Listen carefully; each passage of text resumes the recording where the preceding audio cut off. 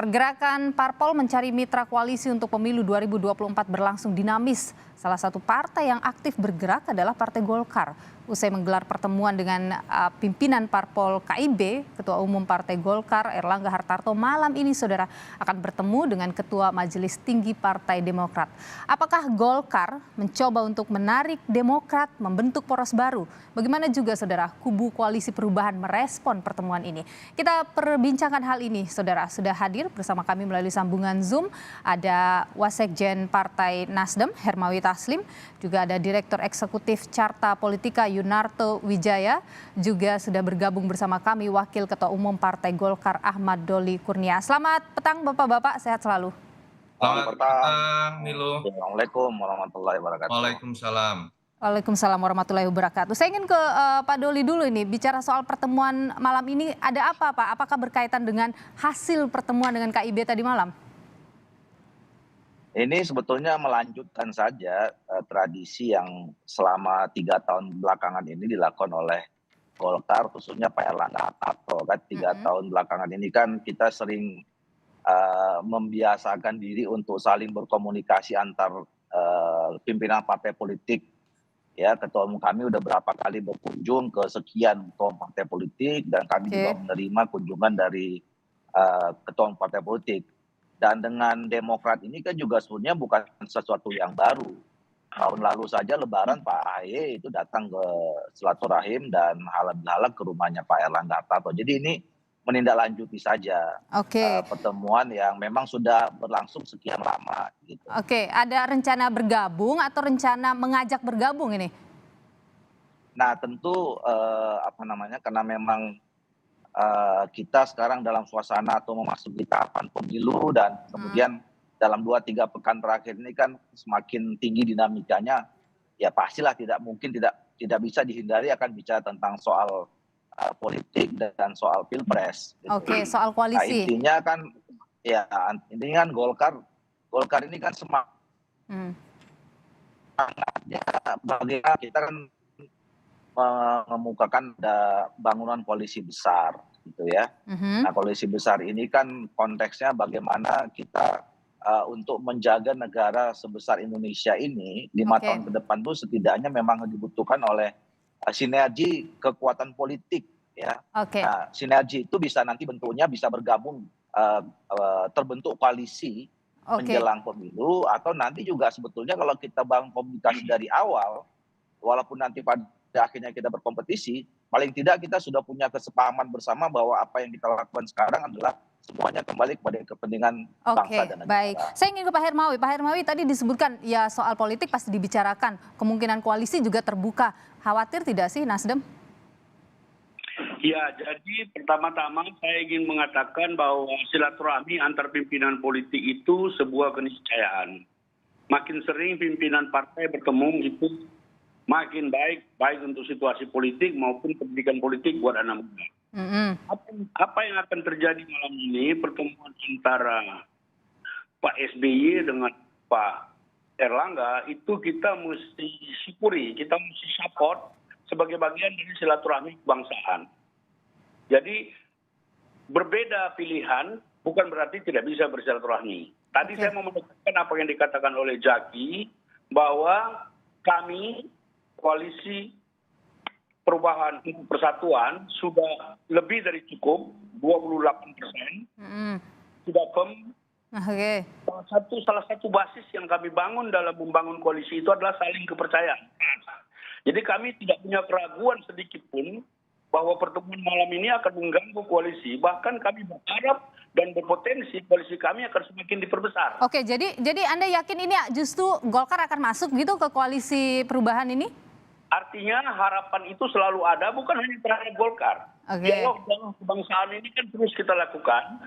Tetapi yang paling positif adalah antar pimpinan partai terus terjadi dialog-dialog yang baik, dialog-dialog kebangsaan, sehingga kita memperkuat mutu pemilihan umum. Kenapa Nasdem begitu yakin koalisi perubahan ini tidak akan dipecah misalnya dengan pertemuan tadi nanti malam misalnya? Karena kita membangun koalisi ini sudah hampir 1 tahun di atas basis saling percaya dan Demokrat itu punya reputasi baik. SBY punya reputasi baik. Yang lebih penting buat kami sekarang adalah bagaimana bersama-sama kita bekerja memastikan pemilu ini lebih berkualitas, lebih bermartabat, lebih terhormat, terhindar dari berbagai tekanan dan intimidasi. Baik, saya mohon maaf saya tahan di sana, saya ingin ke Bung Toto dulu. Bung Toto, meskipun tadi Nasdem mengatakan bahwa tidak khawatir, mungkin saja justru Golkar yang masuk. Tapi kalau Golkar tadi juga menyebut bahwa peluang koalisi terbuka, Anda sendiri membaca pertemuan yang dilakukan Erlangga nanti malam ini apa sih yang akan terjadi? Iya, yang pertama dari apa yang kita lihat dalam beberapa waktu terakhir memperlihatkan ya misalnya pengumuman P3 secara sendiri terhadap nama Ganjar, lalu kemudian intensnya pertemuan Pak Erlangga misalnya dengan Pak Prabowo, bahkan di beberapa postingan akun turunan akun resmi Golkar itu sudah muncul postingan mengenai Prabowo Erlangga. Lalu kemudian bahkan sekarang bertemu Erlangga dengan Pak SBY. Pertama ini menunjukkan bahwa koalisi-koalisi yang kemarin diklaim bisa kemudian menjadi koalisi permanen Pilpres, itu menurut saya hanya sebatas kongko politik. Sampai nanti menjelang masa pendaftaran, apa yang kemarin sudah diklaim menurut saya sangat mungkin berubah.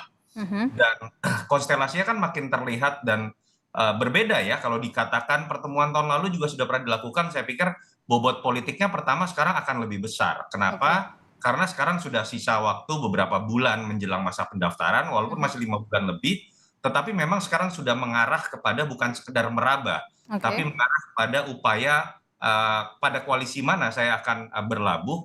Dan kita tahu Golkar ini partai besar, partai yang tidak ingin sekedar membebek lah tanda kutip, karena partai pemenang bisa disebut kedua atau ketiga dari sisi suara atau jumlah kursi di parlemen. Di sisi lain, Golkar kita tahu partai yang tanda kutip keputusan Munasnya menetapkan Erlangga sebagai capres. Beda buatnya dengan P3 ataupun misalnya PAN yang dari awal memang memperlihatkan tidak akan memaksakan ketumnya itu menjadi seorang capres misalnya. Jadi Anda membaca Golkar mungkin mau bentuk koalisi baru begitu? Kalau dari sisi saya bukan membentuk koalisi, maksudnya dibanding KIB mungkin iya. Karena yang diutamakan dari Golkar menurut saya dibandingkan kesepakatan di KIB yang tidak mengikat, ada sesuatu yang lebih mengikat. Bagaimana meloloskan Erlangga sebagai capres. Andai kata pun tidak, turunannya kan adalah menjadi cawapres. Sehingga di situ dibutuhkan ruang gerak yang lebih luasa, tidak hanya terikat kepada KIB. Itu yang menurut saya sedang dilakukan oleh Mas Erlangga, membuka berbagai kemungkinan, sehingga tidak kemudian menempatkan dirinya hanya menjadi sosok yang mendukung capres dan cawapres yang lain. Nah, yang menarik adalah apakah kita kemudian bisa kaitkan, dan saya menduga ini ada keterkaitan juga dengan intensnya pertemuan dengan Pak Prabowo dalam beberapa waktu terakhir. Kalau kita ingin menduga-duga, jangan-jangan sekarang lebih mungkin Mas Erlangga membentuk koalisi dengan Pak Prabowo, dan kemarin saya tidak tahu ada kesepakatan apa Pak Prabowo dengan Caimin, tetap menyatakan solid apakah misalnya mendukung Erlangga untuk menjadi cawapres. Dan harga dari seorang Erlangga dan Golkar kan akan menjadi lebih mahal kalau kemudian bisa membawa sosok dari partai yang lain. Tapi apakah Demokrat juga demikian mudah bisa berpindah? Saya yakin tidak juga. Kalau kita lihat kan hambatan selama ini di koalisi perubahan adalah belum ada kesepakatan keinginan Demokrat menempatkan AHY menjadi Anies untuk disepakati bersama. Tapi kalau masuk ke Prabowo Erlangga pun kan artinya Demokrat akan mendapatkan hal yang sama saja. Berpindah koalisi tapi tidak juga menempatkan AHY menjadi seorang cawapres. Jadi menurut saya masih kompleks untuk bisa diputuskan dalam waktu dekat. Tapi pertanyaannya adalah apa mungkin Erlangga ataupun Golkar akan berkoalisi begitu dengan Gerindra bersama-sama menjadi pasangan capres-cawapres? Pak Doli, ada tidak kemungkinan itu menduetkan Prabowo Erlangga, Golkar dengan Gerindra? Hingga saat ini kami masih berpegang teguh pada keputusan Munas dan Rapimnas yang mengusung Pak Erlangga sebagai capres. Tetapi kami juga memahami situasi bahwa Golkar tidak bisa sendiri untuk mencalonkan siapa saja di dalam Pilpres ini. Tentu kita juga perlu membangun koalisi dengan partai-partai yang lain. Nah, kalau bicara soal kemungkinan, sekarang ini kan situasinya memang sangat dinamis ya. Nah, seperti tadi yang disampaikan juga bahwa sekarang ini kan ada fase-fasenya. Dulu memang mungkin setahun, 1,5 tahun yang lalu itu fase penjajakan gitu ya. Kemudian yang kedua sudah bicara tentang membangun koalisi-koalisi. Nah, tinggal sekarang ini pemantapan sebetulnya ya. Ini kan sekarang komunikasi semakin intensif untuk membicarakan berbagai kemungkinan yang bisa terjadi dalam proses pematangan yang tinggal sisa beberapa bulan lagi harus sudah terbentuk. Pak Doli, maaf saya potong Pak Doli, kalau misalnya Erlangga Prabowo atau Prabowo Erlangga ini tidak kecil begitu kemungkinannya, kalau Erlangga AHY apakah itu bisa terjadi? Ya, itu nanti akan tergantung pada pembicaraan-pembicaraan berikutnya ya. Saya kira artinya akan ada mungkin pembicaraan itu dalam pertemuan hari ini. Ya, pembicaraan apa saja dalam politik kan dimungkinkan, ya. Apalagi kalau tadi bicara soal pencalonan, ya Golkar sama Demokrat itu kan memang sudah bisa dapat tiket. Jadi kalau bicara sekali kemungkinan ya, ini kan politik ini kan juga bicara tentang mengelola kemungkinan ya. Ya segala kemungkinan bisa terjadi saja gitu. Tetapi saya kira ini kan politik juga jangan mengandai-andai ya. Kita akan lihat nanti pertemuannya nanti seperti apa dan kita lihat nanti mana yang tapi saya kira kan begini, tadi soal koalisi ya, sampai sekarang sebetulnya Koalisi Indonesia Bersatu itu masih memegang komitmen dari awal dan kesepahaman yang sudah disusun sejak awal. Gitu. Baik, saya ke Pak Hermawi dulu. Pak Hermawi, kalau ya segala kemungkinan memang masih sangat cair ya sekarang, semua pembicaraan masih bisa dilakukan, koalisi masih sangat terbuka begitu. Bagaimana Nasdem, apakah kemudian setelah ada pertemuan nanti malam menguatkan kembali koalisi, melakukan pertemuan lagi dengan PKS dan juga Demokrat? Ya, jadi pertama saya mau katakan bahwa koalisi kami itu sudah hampir 6 bulan dan sudah ada tim kecil yang terus-menerus bertemu, ada perwakilan semua partai dan perwakilan Pak Anies, dan kita secara mingguan diupdate tim itu, kita terus membawa Anies juga. Kami sekarang sudah sampai kepada tahap finalisasi penentuan capres. Kan dalam traktat yang ditandatangani oleh 3 partai disepakati bahwa cawapres itu akan ditentukan oleh Anies Baswedan setelah mendapat masukan dari partai-partai. Jadi pertemuan hari ini meskipun hanya dengan Partai Demokrat, seperti dikatakan Dodi tadi, segalanya bisa mungkin karena ini kan dinamis terus. Tetapi yang paling penting buat kami sebagai pengusung silaturahmi kebangsaan, pertemuan malam ini perlu ditindaklanjuti oleh partai-partai lain untuk terus bertemu supaya keindonesiaan kita semakin mengkristal. Jadi apa yang akan terjadi ke depan, silakan saja. Yang penting dalam politik ini tidak ada pemaksaan, tidak ada injak kaki, semua dilakukan dengan penuh perhitungan dan kebangsaan kita semakin kuat. Itu yang paling penting buat kita. Baik. Saya ke Bung Toto dulu. Bung Toto, Anda menyebut bahwa ini sudah kongko-kongko politik yang semakin semakin besar nanti. Bagaimana kongko politik ini akan mengubah peta mungkin jelang Pilpres nanti? Ya, malah saya sebaliknya ya melihat apa yang disebut dengan kongko politik ini tidak punya makna. Penentuan janur kuningnya bahwa ada faktor pengikat di antara aktor-aktor bernama partai ini kan adalah kesepakatan siapa nama cawapres, panggung belakangnya mereka bicara mengenai power sharing. Tentu saja berbeda kalau silaturahmi dalam konteks keindonesiaan bagus siapa bertemu dengan siapa aja. Tapi kalau kita berbicara mengenai makna koalisi kan adalah kesepakatan bersama nanti dilegalkan oleh KPU siapa nama capres-cawapres. Dari sisi itu kan kita bisa membedah kok secara realistis. Koalisi perubahan ini akan paling menghadapi kendala ketika berbicara mengenai kepentingan Demokrat yang sangat fokus kepada nama Yudhoyono minimal untuk menjadi cawapres. Begitu pula Golkar sebagai partai yang merasa dirinya besar, terlepas hasil survei Mas Erlangga tidak tinggi, tetapi kita tahu ada keputusan Munas yang harus diemban sampai saat ini sebelum dicabut menjadi seorang capres, sehingga kita bisa menerka juga kalau tidak menjadi capres, menjadi cawapres menjadi sesuatu yang lebih bisa dimaklumi dibandingkan hanya menjadi partai besar yang mendorong nama di luar kadernya misalnya. Disitulah menurut saya sebuah upaya-upaya untuk membuka kemungkinan itu. Terkaan saya, Golkar sedang mencari koalisi yang bisa menampung Erlangga menjadi cawapres misalnya. Baik, tiga poros itu mungkin saja ya. Dan AHY juga saya pikir juga sedang membuka kemungkinan mengenai hal yang sama. Itu yang menurut saya mungkin sedang coba dibicarakan dalam konteks pertemuan nanti. Walaupun saya menduga sulit untuk mengarah kepada Erlangga AHY apabila didasarkan pada keinginan untuk menang. Karena kalau dilihat dari sisi survei, kedua orang ini bergabung agak sulit potensinya untuk naik secara elektoral. Baik, tapi tiga poros dalam Pilpres ini mungkin saja ya, Bung Toto? Saya tetap lebih melihat kemungkinan adanya tiga poros, dan saya tetap berharap sosok yang namanya disebut dalam survei yang artinya dalam 2 tahun terakhir, yang artinya ini kan keinginan publik, ada Ganjar, ada Prabowo, ada Anies, menurut saya ketiga-tiganya pantas untuk maju. Baik, saya ke Pak Doli dulu. Jadi Pak Doli, setelah pertemuan nanti dengan Demokrat, sudah ada rencana lagi pertemuan dengan mana lagi, partai mana lagi? Pasti ada, pasti akan terus dilakukan ya. Saya kira itu tadi, pertama untuk menjaga tetap gini ya, kami dari awal kan mendorong supaya memang silaturahim ini agak cepat. Pembicaraan Pilpres ini relatif lebih cepat dibandingkan pemilu sebelumnya. Koalisi juga kita dorong lebih awal. Supaya apa?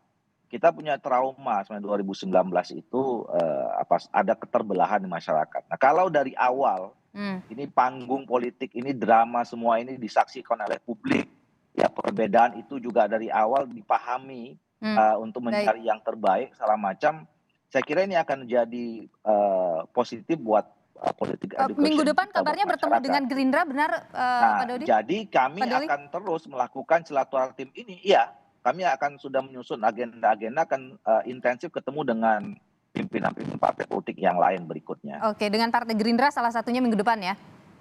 Iya. Oke, baik, saya ke Pak Hermawi dulu. Pak Hermawi, kalau dari Nasdem apa langkah selanjutnya ini?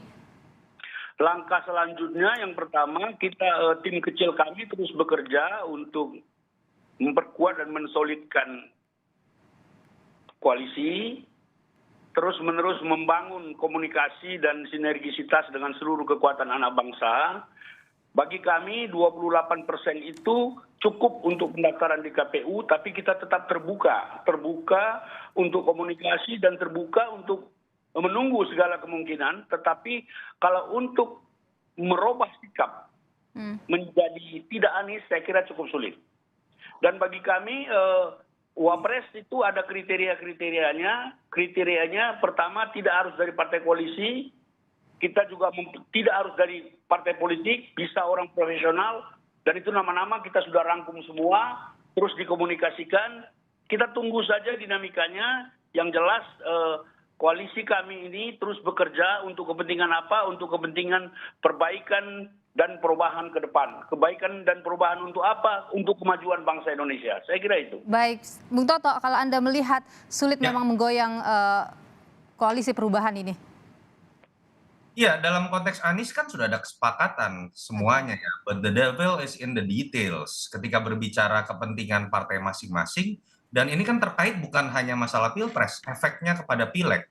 Kita tahu dari awal karakter Partai Demokrat ini menempatkan nama Yudhoyono menjadi magnet elektoral.